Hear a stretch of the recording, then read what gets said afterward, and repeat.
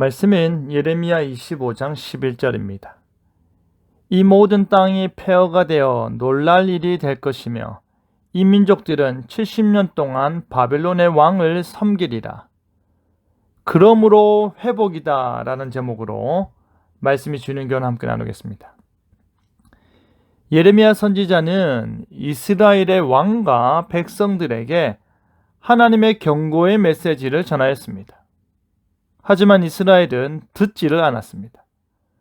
우상 숭배를 금지하였지만 그것을 중요하게 여긴 그들에게는 중단하는 것보다 계속하는 것이 더 유익하다 판단했기 때문입니다. 뿐만 아니라 자신들의 삶이 크게 문제없다 생각했기 때문입니다. 하나님께서 지금까지는 거듭거듭 하나님의 종이요 선지자를 보내었다면 이제는 하나님의 선지자를 보내는 것이 아니라 북쪽 모든 종족과 바벨론의 왕 느부갓네살을 부르겠다 하십니다.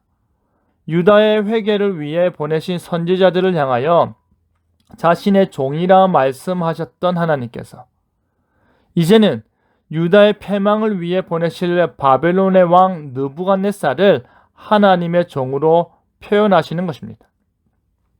선지자들은 하나님의 말씀을 들고 온 하나님의 도구라면 느부갓네살은 하나님의 심판을 들고 오는 하나님의 도구인 것입니다. 하나님의 심판의 도구가 되는 느부갓네살은 유다 땅과 그 주민과 사방 모든 나라를 쳐서 진멸하게 할 것입니다. 이제 그들 가운데는 기뻐하는 소리와 즐거워하는 소리가 사라지는 것입니다.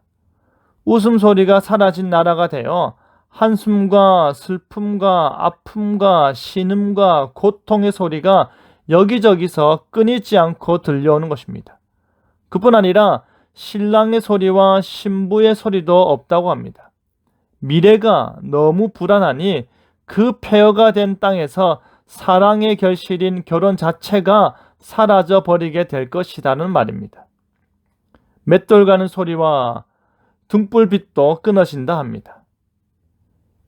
하나님께서 그 70년이 끝이 나면 자신의 도구로 사용하여 유다를 징벌케 했던 바벨론 역시도 그들의 죄악으로 말미암아 벌하실 것입니다. 바벨론이 죄가 없어서 70년 동안 강성한 나라로 존재한 것이 아니라는 말입니다. 하나님의 계획하심과 때가 그러했다는 것입니다.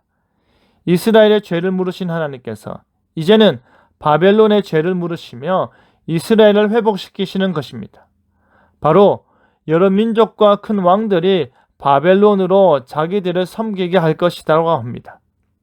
여기서 여러 민족과 큰 왕들은 페르시아와 메데인들입니다. 그리고 고레스 왕이 통치하는 나라를 그들이 섬기게 될 것을 말씀하시는 것입니다. 그것을 그대로 성취하시는 분이 누구십니까? 바로 하나님이십니다. 그들의 죄악을 그들의 손이 행한 대로 그대로 갚으시는 것입니다. 그렇게 이스라엘은 회복되는 것입니다. 하나님께서 바벨론을 통해 심판하시고 그들로 충분히 회개의 시간을 주사 돌이키게 하신 뒤에 바벨론을 무너뜨린 고레스 왕을 통해 회복의 역사를 일으키시는 것입니다. 그렇게 이스라엘이 보존되어 언약 백성으로서의 삶을 살게 하는 것이 참으로 놀라운 은혜가 아닐 수 없는 것입니다. 하나님께서 북이스라엘은 아수르에, 남유다는 바빌론에게 멸망을 당하게 하셨습니다. 그들의 죄로 인해 그러므로의 하나님으로 나타나셨습니다. 경고를 하였음에도 불구하고 그들이 불순종하였기에 그러므로의 하나님으로 나타나셨습니다. 그리고 그 심판을 지나 다시 회복시키시는 것입니다. 그들을 처음과 같이 세우시는 것입니다. 하나님께 부름받아 하나님의 언약 백성이 되었을 그때처럼 바벨론에서 불러낸 그들을 애굽에서 불러내었던 그때처럼 다시금 그들로 제사장 나라가 되게 하시고 복의 통로가 되게 하시는 것입니다. 이스라엘 백성들을 심판하신 하나님께서는 그들을 회복시키셨습니다. 그 회복의 약속은 심판 전부터 주어진 약속이었습니다. 그 회복의 영광은 처음처럼 새롭게 세워지는 것입니다. 하나님께서 우리를 부르시고 하나님께서 우리를 회복시키실 때 그러므로의 하나님을 전적으로 신뢰하시기 바랍니다. 바로 그 하나님께서 반드시 우리를 시냇가에 심기운 나무처럼 돌봐주실 것입니다. 우리를 그리스도의 십자가 보금자리로 인도하심을 기억하길 바랍니다.